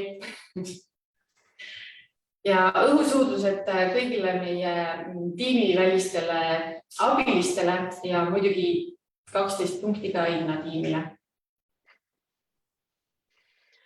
Aitäh väga laheda esitluse eest. Ma tunnen, kuidas mu põdesarnad veits valutavad, sest päris lõbus oli seda vaadata. Ja, Laura, Riina? Ma võib-olla... Riina tahtis rääkida. Ja, alustasin juba. Ja. Mulle väga meeldis isegi, väga meeldis, et kuidagi, ma arvan, et see, kui ma peaks sellise interventsiooni osaliseks saama, et see kindlasti oleks väga selline laiemalt mõtlema panev, et issand, mis mu käitumises veel on sellist, mida peaks timmima ja on hariv ja ma kujutan ette, et kui kellegiga see juhtub, siis see tõenäosus, et nad räägivad kõigile, sest see ei ole kuidagi häbistav, vaid on nagu naljakas ja tore. Et ma kujutan ette, kuidas see võib ka kuidagi niimoodi sotsiaalmeediasse minna lendu ja võib-olla isegi siin lisamõttena võib-olla kuidagi mõelda sinna juurde mingeid asju, et see läheks niimoodi sotsiaalmeedias lendu, et inimesed, kes on selle mängu osaliseks saanud, ise tahaksid jagada seda lugu või see kuidagi see kogemus oli nii äge. Ja, ma olen siin ka Riinaga nõus, et see kindlasti just see nüanss, et see on mängustatud, mitte nagu karistav, et see tõesti nagu lisab sellele sükest hoopis teist tooni juurde, ehk selle inimesega saab sinna kontakti astuda mingisuguses hoopis teistsuguses toonis ja seega võib seda käitumist soodsamas suunas mõjutada. Aga üks, mis ma natuke raske mul oli nagu anda hinnangut, kui hästi see võib töötada, ongi see, et nii hästi, me praegu ei olnud aega ka sellest rääkida, aga et mis nende tänaste rikkujate need ajendid on peamiselt, et kuivõrd see sellene nagu sihtrühmale ja nende käitumisajenditega nagu kokku läheb. Aga see juba on suurem teema. Mina just mõtlesin tegelikult, et see peaks kokku minema selle ühe sellise konstruktiga, mida teil võib olla kasulik uurida, nagu sotsiaalne norm, sest ma märkasin, mida ma ise tegema hakkasin, et kui ma seda multikat vaatasin, siis ma mõtlesin inimeste ja isikute peale, keda ma tean, kes kuidagi võib-olla nad ei jäta prügi loodusesse, aga nad kindlasti niimoodi lähevad selliste grillvorsti pakikestega sinna loodusesse ja ma hakkasin nagu nimetama enda peas inimesi, keda ma tean, kes niimoodi grillivad, chillivad ja tahaksid nagu sõita sinna mere äärde ja panna mingi maki käima. Ja mul on tunne, et nagu see sotsiaalne norm on hästi võimas, selline võimas konstrukt, sellepärast, et tavaliselt inimene, kes sinna mere äärde sõidab, ta mõtleb, et see on normaalne, sellepärast, et ta on seda kuskilt õppinud või ta on näinud, keegi teine seda teeb või ta suudab nimetada 3 või 4 inimest, kes veel seda teevad. Ja tõenäoliselt, kui talle mängustatult see lahendus antaks, siis ta kuidagi läheb kaitsesse ja mõtleb nende inimeste peale, kes talle kuidagi selle normi on pärandanud, aga seal on ka mingi tõenäosus, ta tegelikult räägib ise nendele teistele inimestele ka sellest normist, võib-olla inimestele, kes on tema sugused. Et mul tegelikult on päris palju nagu lootust selle lahenduse osas, et täitsa huvitav oleks vaadata, kuhu te jõuate sellega. Suur aitäh! Ja kindlasti me teeme neid järelkontrolle nende sprinditiimidele ka, et kuhu te jõudnud olete, et jääme teid vaatama. Paneme hooga edasi, pange ennast valmis tiim number 12. Vahepeal ma siit ütlen ka, et kuna on selline viiruste ja kiirete asjade aeg, siis Laura vist peab välja hüppama nüüd, jah? Suur aitäh sulle, Laura. Kohtume varsti jälle. Riina jääb veel mõneks ajaks meiega, aga ka Riina aeg hakkab vaikselt otsa saama, nii et paneme hooga. 15.25 ära minema. Väga hea, kahju. Aga ja, igal juhul tiim 12, olge lahked. Tervitus natuke juhtub, et enne saime testimise käigus paika, aga nii. Kas nüüd on näha või? Näeme neid teie slaide koos thumbnailidega. Aga võib-olla, ja äkki te näitategi meile lihtsalt täna neid koos thumbnailididega. Okei, see enne töötas, nüüd ei töötanud, ma ei saanud seda teist screen'i ta ei näidanud praegu. Et las jääda nii.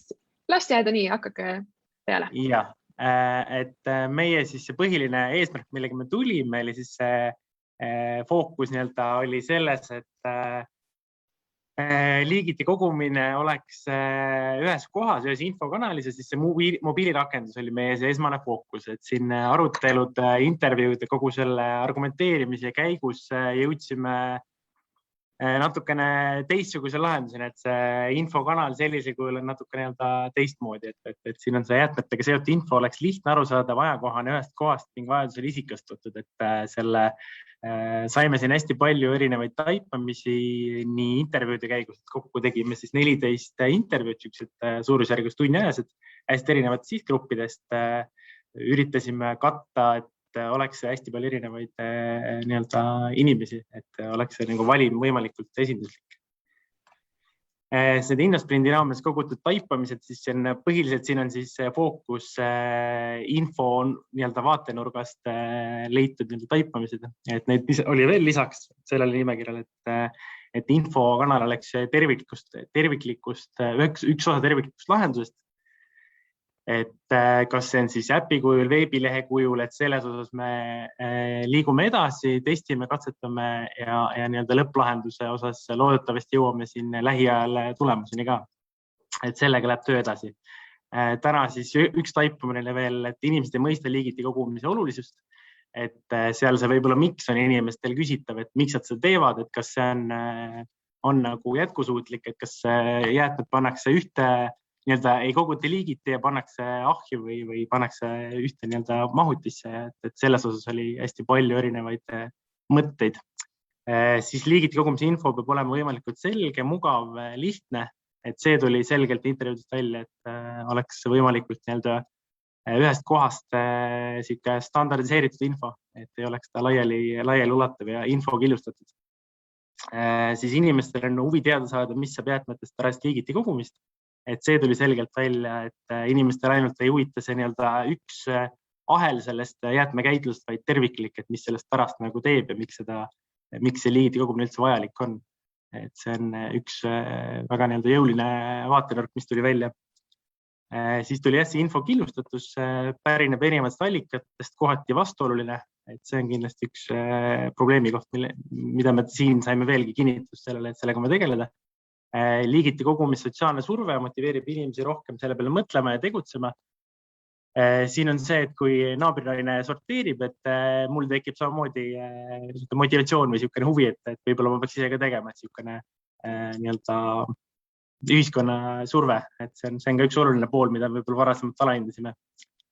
Ja siis on üks pool kindlasti, et oodatakse rohkem võimalusi jäätmete üleandmiseks, on siis erinevad kogumisringid erinevate jäätmete üleandmiseks, näiteks jäätmejaamad kauem lahti, avalikud pakendipunktid, kodude lähedused, kõik sellised, et võimalikult mugavaks seda inimestele teha.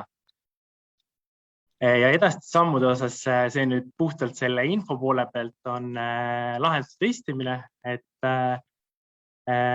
täna siis liigume selles osas edasi, et testida meie olemasolevaid asju, mille me toimetanud oleme, biojäätmete mahuteid jagasid Tallinna linn ja see on hea näide sellest, et see mahutite jagamine motiveeris inimesi rohkem koguma, et on biojäätmete statistikast tuleb selgelt välja ka, et peale jagamist on see biojäätmete liigiti kogumis või biojäätmete mahud suurenenud. Et see on üks pool, millega me liigume edasi. Siis teine pool on see infokanali testimine, et mis kujul see kõige parem on, et kas see tuleb äpp, koduleht või midagi kolmandat, et see on ka selles osas liigume edasi, et me ei välista midagi, et siin me saime hästi palju uusi mõtteid, et mismoodi seda võiks ja seda siukest protsessilist kaardistust saime oluliselt rohkem.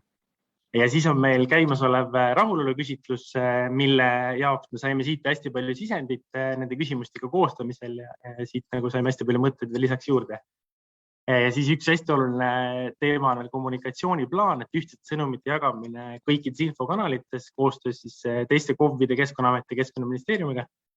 Et täna on see hästi killustatud, et oleks võimalikult ühtsed sõnumitega selgesti mõistetav kõikidele inimestele, kõikidele huvigruppidele. Ja siin on siis eraldi välja toodud, et reklaamkampaania, et miks inimesed peaks koguma ja kuidas koguda siis koostöös jäätmekäitlejate vedajatega. ja siis selle ühtse infokanali väljatöötamine, et oleneb siis, kuhu me siis lõpuks jõuame sellega, et see on nagu töö käib, et siin on erinevad kohtumised kokku lepitud erinevate osapooltega ja selles osas liigume.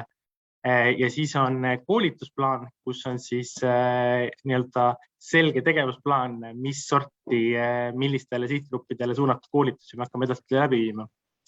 Ja siis kõikidele sihtgruppidele suunatud teavituskampaaniad siis liigiti kogumise osas, et see jõuaks erinevates kanalites erinevate inimesteni võimalikult palju.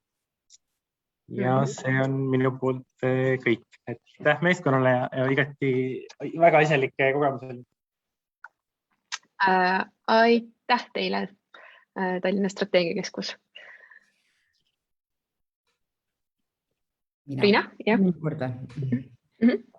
Aitäh selle teemapüstituse eest. Ma tahaksin sellel teemal tunni ajast teraapiasessiooni, sellepärast, et mulle näib, et minu iganädalaste koduste kirglike vestluste hulgas on see, et mis ikkagi on pakend. Ja olles oma abikaasaga mõlemad elanud erinevates riikides, siis tema ütleb, et tema arvab, et pakend on see, kuhu saab veel midagi pakkida. Mina arvan, et pakend on kõik, kuhu on kunagi midagi pakitud. Ja see, mis meie pakendi prügikasti jõuab, on mõnevõrra erinev ja et väga tore oleks, kui mingi selgus oleks. Ja ma tunnen, et ma olen siin sihtgrupp ja mis iganes parandusi te saate teha, ma oleks siin üks väga suur kõrv. Ma ise tahaks sellist äppi, et ma lihtsalt kuidagi, kui mul on kahtlus, siis ma telefoniga näitan oma jogurtisele mingisugusele purunenud pakendile ja küsin, kas see on nüüd prügi või pakend. Et mingisuguse QR-koodi mõttes, et siit on see läbi ka käinud tegelikult, see oli üks mõttekoht. Jah, minu hästi suur küsimus on, et mida et kui asjad on nagu määrdunud näiteks, et kas see on prügi või pakend ja et kas pakend peab olema ühesõnaga, nagu te näete, ma olen sihtgrupp. Siit on juba, siit tuleb hästi palju neid erinevaid võrke. Et me peaksime võib-olla kontakte vahetama, siis saame tarida selles. Ja, sest me tahame seda teha ja siis kuidagi tunneme kogu aeg, et me kukume läbi. Liiga keeruline ja see on ka väga terav küsimus, et ikkagi mis nendest asjadest saab ja kui me näeme, et naabrid kõik koguvad biojäätmeid, aga nad koguvad neid nagu tavalistesse kilekottidesse, et kas see on või ei ole õige ja nii edasi. Et ühesõnaga ma arvan, et ma võin ainult öelda, et edu teile, et ma loodan, et te jätkate itereerimist, kuni lahendus on nagu töötav ja kasutajasõbralik ja isegi kui see võtab mitu iteratsiooni, et siis me kõik koos jõuame selleni. Jah, me saime seda hästi palju veel nurki, millest me siin ei kajastanud, et siin ma keskendusime ainult selle info poole peale, et neid hästi töölõike saime hästi palju juurde, millele võiks veel rohkem keskenduda. Aga suur aitäh, Riina, sina vist pead nüüd ka liikuma edasi, aga pole hullu, me siin paneme edasi sprindi finiši poole, 2 tiimi on veel jäänud. Aitäh, Tallinn ja suur aitäh, Riina, meiega täna kaasa mõtlemast, väga palju põnevat head tagasisidet sinu käest saime. Aga nii, meil on veel jäänud tõesti 2 tiimi ja ma annaks praegu sõna üle siis Annele, kes räägib innovatsiooniprojektide toetuse disainimisest siin sprindis. Palun. Aitäh. Nii, nüüd läks vist show ilusti peale. Näeme ilusti täisekraani. Mina olen Anne Jürgenson Riigikantseleist ja räägin siis sellise uue struktuurivahenditest rahastatava meetme ehk siis avaliku sektori innovatsiooniprojektide toetusmeetme esimese etapi disainist. Mõte on see, et ennem kui minnakse sellise suure ja põhjaliku projekti kallale, kus teenused ilmselt hangitakse sisse, oleks selline toetav ideede küpsetamise ja arendamise etapp. Ja me tulimegi siia sprinti sellise küsimusega põhimõtteliselt, tegelikult siin sprinti käigus me alles sõnastasime korralikult selle küsimuse, et missugune oleks see protsess, mis toetaks just hästi selliste riskialtide ja ambitsioonikate projekti ettepanekute väljatöötamist. Põhimõtteliselt, missugust tuge sellistel meeskondadel on vaja, mis metoodikaid nad võiks kasutada ja nii edasi, mida me peaksime pakkuma. Tegime kohe 13 intervjuud hästi erinevate inimestega, erinevatest asutustest. Seal oli teadlaseid, seal oli potentsiaalseid siis taotlejaid nii-öelda. Meie sihtgrupp avalikus sektoris oli ettevõtjaid ja hästi rikkalik tagasiside tuli ja huvi oli hästi suur, mis oli positiivne. Ja näitangi kohe, jõudsime sellise protsessi kirjelduseni. See on mul siin päris mitmel slaidil, ma ei hakka kõike lahti kirjutama, aga hästi palju infot saime aru, et me peame arvestama, et need grupid on kõik hästi erinevad.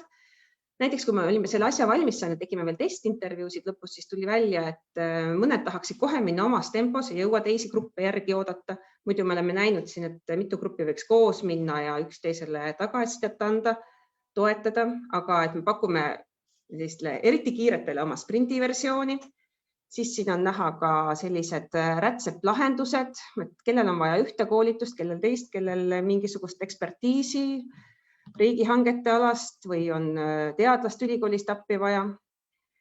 Püüdsime siis arvestada selliste nüanssidega ja saime oma protsessi enam-vähem paika. Võib-olla mõne eredama kogemuse tooks ka välja. Näiteks meil siin selline mentori funktsioon oli algusest peale kaardil, aga siis viimasel päeval me saime aru, et me mõistame mentori all täiesti erinevaid asju.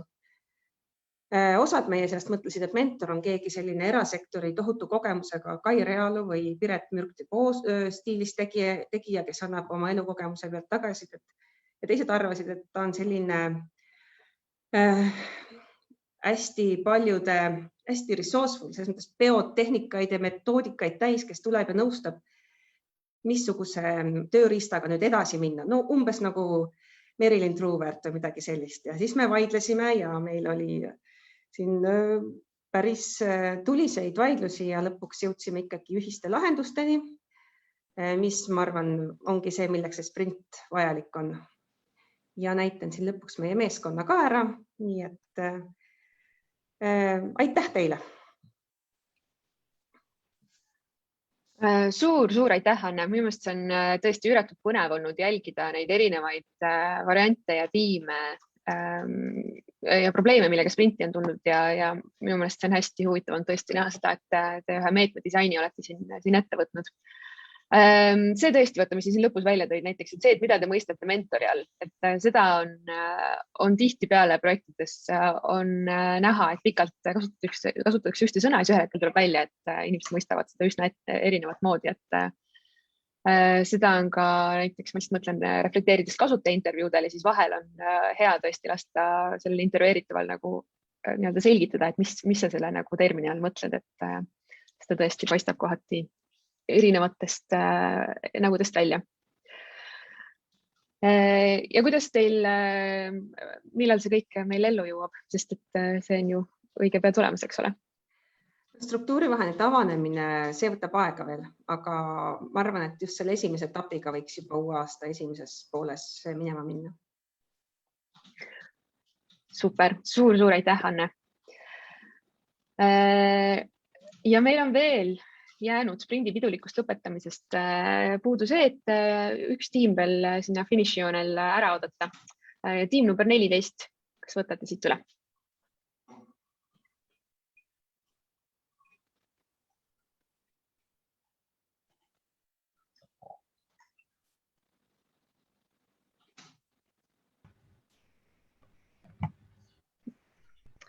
Nii, kas mind on kuulda? Kuuleme, aga slaide praegust veel ei näe. Ahah, oot. Nii, kas nüüd on slaidid? Just. Väga hea. Nii, panen siis tänasele päevale punkti. Tere siis kõik head kuulajad ja kaasamõtlejad. Meie tiim tuli Innosprinti alaealiste õigusrikkumiste lahendamise kokkuleppe teemaga. Ja probleemina siis nägime, et täna puuduvad piirkonnapolitseinikel etapilised teekonna kirjeldused ja ühtsed sekkumise praktikad töös alaealise õigusrikkujaga. Et viimaste aastatega on oluliselt muudetud alaealiste õigusrikkujate kohtlemise süsteemi ja ühe suure muudatusena on politseile loodud võimalused kohaldada siis õigust rikkunud alaealistele mittekaristuslikke mõjutusvahendeid. Senine töökorraldus on võimaldanud politseiametnikel siis ise otsustada, millist sekkumist ja kelle suhtes kasutada.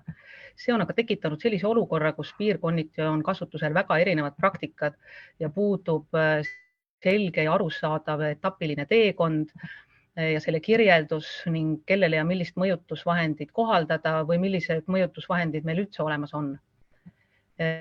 Toon näiteks 15-aastane alkoholitarvitaja võib saada Kuressaares näiteks suulise hoiatuse patrulli poolt koha peal. Tallinnas viiakse läbi perevestlus ja Narvas näiteks otsustatakse, et peaks tegema rahatrahvi. Praktika erinevust ilmestavad hästi piirkonna politseinike selgitused, mis on näha siin jutumullides. No näiteks, et juhised on arusaadavad ja toimivad, aga me ei kasuta neid. Et mis see õige sekkumine siis õigupoolest üldse on. Praegu me valdavalt hoiatame ja nii edasi. Ja nüüd siis lahendused. Esimese lahenduse ehitasime üles piirkonna politseinikule siis esmarikkuja vaates. Etapiliselt lähenemine andis võimaluse kirjeldada teekonda alates kokkuleppest kuni siis järeltegevusteni välja.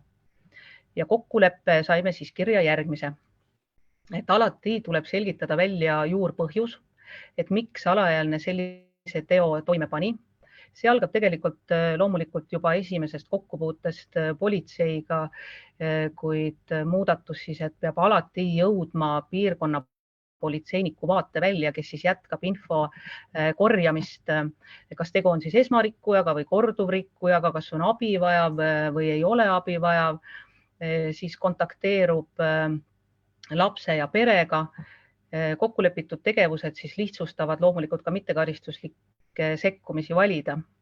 Kui põhjus on teada, on lahendamiseks erinevaid võimalusi, aga siiamaani siis saab olema selline kindel kokkulepe, kuidas igal pool ühtse praktikana toimetatakse, aga lahendini jõudes loomulikult tuleb mängu ka veidike paindlikkust, et lähtutakse alaealisest individuaalselt ja loomulikult ka juhtumist individuaalselt.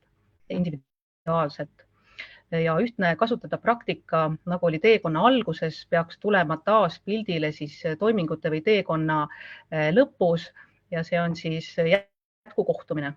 Ja meie esmasele lahendusele või sellisele kokkuleppele korjasime ka tagasisidet ja see oli väga positiivne. Öeldi, et lahendus on lihtne, selge, loogiline, arusaadav. Ja samas meile andis etapiliselt lähenemine palju uusi taipamisi edasisteks arendusteks ja uuteks sprintideks. Seega liigume meie edasi nii-öelda PPA mini innosprindiga samamoodi etapiliselt ja sprindime uuesti juba nädala pärast ja teemaks esmareageerija roll esmakordse rikkuja teekonnal. Ja siin ka meie töökas kollektiiv, kniks ja kummardus kõigile. Aitäh! Suur aitäh! Ma mäletan, Krista, kui te selle protsessis olite ja arutlesime ka selle üle, et kui palju erinevaid Eesti sees on erinevaid praktikaid, eks ole, ja kuidas sa leiad sealt, mida võtta, mida jätta. Et ma arvan, et see on väga põnev või selline hea leid teile, et te selle näiteks olete kokku leppinud praegu siis selle, et alati tuleks juurpõhjus siiski sellistes protsessides üles täheldada ja edasi anda, et on võimalik, tundub, et paistab teie näitel nagu teha selliseid sisulisi üldistusi erinevatest protsessidest. Oleme indu täis edasi toimetama. Tahtsin võib-olla nagu sekundeerin veel Avele selles, et tore on näha, et politsei liigub sellisest ainuüksi reageerivast, sündmusele reageerivast ja see on vist nagu selline laiem tendents sellisele nii-öelda põhjuste tuvastamise ja palju nagu laiapõhjalisema sekkumise poole. Et kas te saite tagasisidet ka selliste nii-öelda põllupolitseinike käest, et kuidas see nagu, mis tagasisidet sealt tuleb, et need inimesed, kes nagu igapäevaselt seda tööd teevad?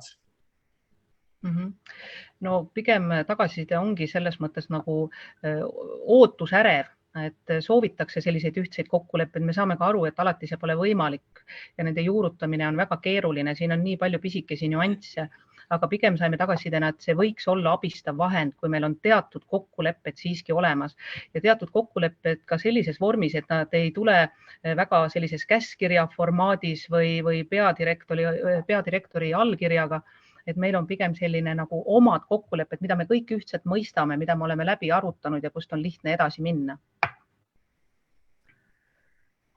Ja suur aitäh, Krista ja suur aitäh üldse kõik, kes te siin meiega selle pöörase sprindi kaasa tegite. Sellega ongi kõik tiimid finišijoone lõpetanud, aga nagu paljud teist ka oma esitlustes ütlesid, siis see oli alles algus. Siit edasi on ka veel kõvasti tööd kindlasti teil veel teha. See on tõesti, see on meie jaoks innotiimina olnud ka väga suur väljakutse. Teid oli seekord 14 tiimi, üle 100 inimese. See on tohutult äge. Natuke läbi ekraanide tunneb seda koostegemise energiat ja kindlasti teie, kes te olete nendes tubades koos töötanud. Vast isegi seda rohkem, et väga äge on tõesti näha, mis on ära tehtud. Mõned logistilised asjad veel siit sprindi poole pealt. Ma panen nüüd siia chatti veel ühe Miro lingi, sest et täna polegi veel ühtegi Miro olnud, eks ole.